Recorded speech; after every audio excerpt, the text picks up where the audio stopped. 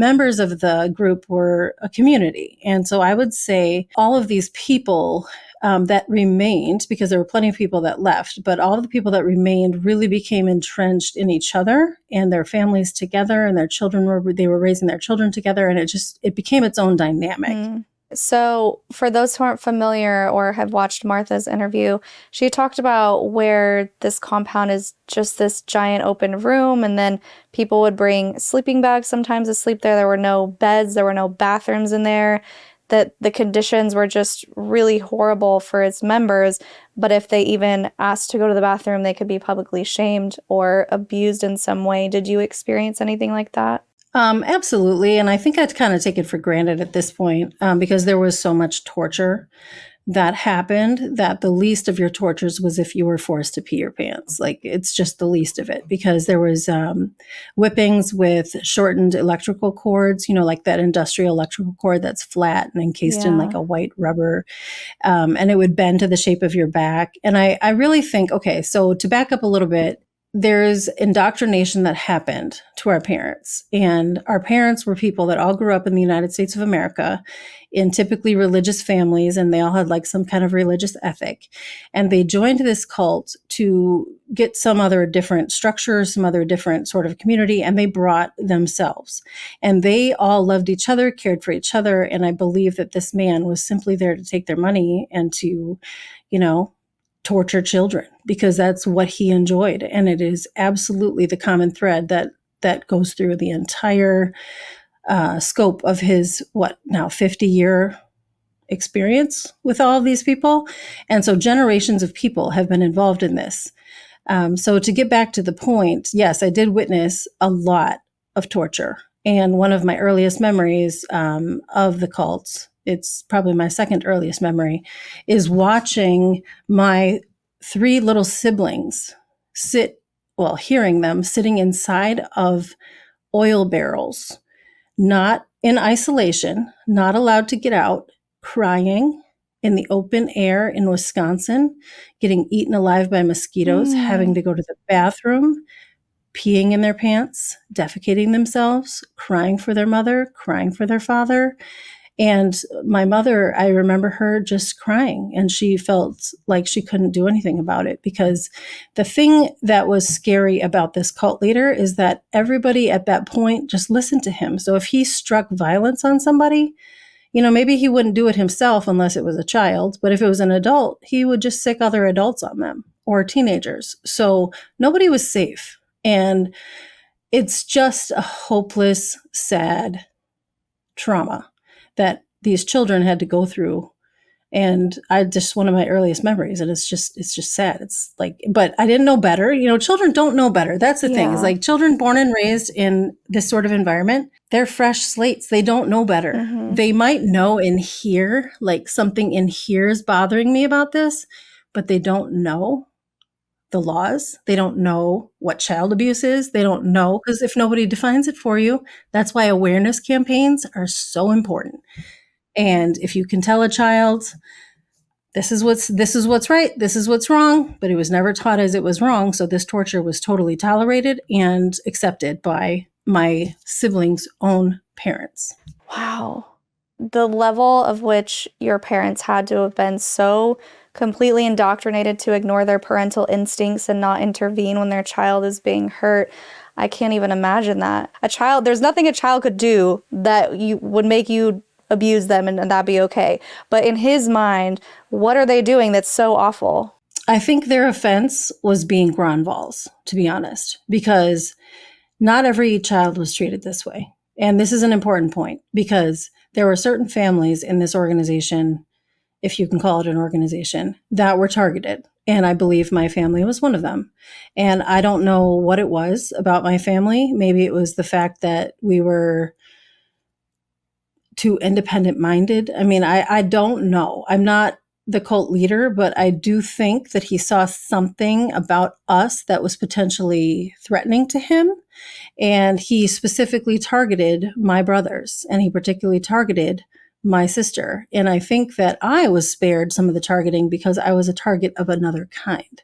I think, based on everything I know as a former sex crimes prosecutor, And as somebody who understands victimology and predatory behavior, that he was grooming me. So I watched it, and I'm a middle child. I'm empathic. I love my siblings like nobody else. And I think that he just targeted our family. My father, this is probably why. My father was a very submissive man. My father has served him, still serves him today. My father is the only one of the Gronvals that's still left there. My mother is a strong woman, though she gave her power to her husband, and then her husband gave his and her power to the cult leader. So I think there was a whole dynamic going on where the potential was great for my mother to be somebody that was threatening. My father was absolutely somebody that cult man needed to control, and all of us were their progeny. So it was a absolute target situation, and most of my siblings were targets their whole existence there. Okay. It was sickening. And some other families experienced the same targeting. Okay. So when you say that you felt like he groomed you and or targeted you in a specific way, can you elaborate on that? Yes, I noticed at a young age that I was spared some of the punishments that my siblings got. So some of my siblings would be like on Sunday nights, we would all get our winter clothes on or whatever season it was. And we would say goodbye to the cult leader until next weekend. And as his goodbye to my little brothers, for example, they'd be standing there. They're a year and 2 years younger than me. I remember watching them stand there with their little jackets on and their little boots and their little buzz haircuts with their mouths open, because he'd be like shooting Tabasco into their mouths. And sometimes it would miss, and sometimes they would choke, and sometimes their heads would move and it would hit them in the eye. And they would cry, and they would cry, and they would cry, and they were sad. And if they, it was just fun for him. He laughed. He's a sadist. At the time, I knew it was sad. I didn't know it was wrong. I didn't know the purpose of it. I'm a child. Like, how do you know? But this is the routine behavior that they had to experience. I didn't ever get that. I never got the whippings. I didn't get most of it because I was a sweet, compliant, cute little girl that I think he targeted. I think he had a twinkle for me, and it's really sick to feel that, but I do think that because of what happened later in my life. So were there any memories that you'd like to share from your time when you were a child before we get into your teen years? So memories, I will say that the community that we formed with the other children that were born into this group, and even some of the other parents that had kind hearts, I do remember fondly some of the parents that were just kind. There were other parents that were kind of into the sadism as well, and so they took on that whole disciplinary let's corporal punish our children to extreme ends. So as a child, we knew like who was scary and who wasn't, and who was nice and who wasn't. But then and who you were safe with and who might betray you, if you will. But everybody was just there trying to survive his game. But some of the memories I have, my best memories, ironically, are the memories of working with all of these other children doing this really hard labor out in the fields, because you know what? You weren't getting beaten. You were just working. You were enjoying the sun. You were talking to each other. You were having a good time. And don't have too good of a time, because if someone catches you having a good time, then you're going to get punished. So it was all like, if anybody comes around who's going to tell on you, then you should probably hide your fun. But we also secretly had some fun. And I would say those were some good memories I had, but most of the memories were just dread and doom. And Fridays were the worst day of the week, because you're going to get in that car. You're going to go to Shawano, Wisconsin, where he's was located. I think he's absconded from that place at this point. And you were going to get, who knew? Who knows what trauma would afflict you this weekend, but it was going to be bad, and it was going to be ugly, and your parents were going to be humiliated, and you were going to get beaten, and you'd have to work hard. And I remember being a little girl. This is one of my most acute memories. Is I'm a human that requires a lot of water. And if I don't get enough water, I get a migraine. And when I get a migraine, I sit on the ground, or I feel like I have to throw up. Obviously, as an adult, I manage that. But as a child, I didn't know that.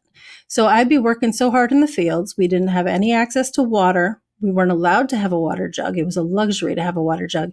So if you think of all these children, like pulling branches to a brush pile, pulling weeds out of a garden, wheelbarrows of dirt. But I was little at the time, so I wasn't allowed to drink water. So I inevitably, every Saturday, I would get this splitting migraine and I would feel like I was going to die. And I would sit down by a tree and I would literally throw up. And finally, someone would say, just go find your mother. And then I would go find my mother and she would give me a cold washcloth. She'd give me a piece of bread.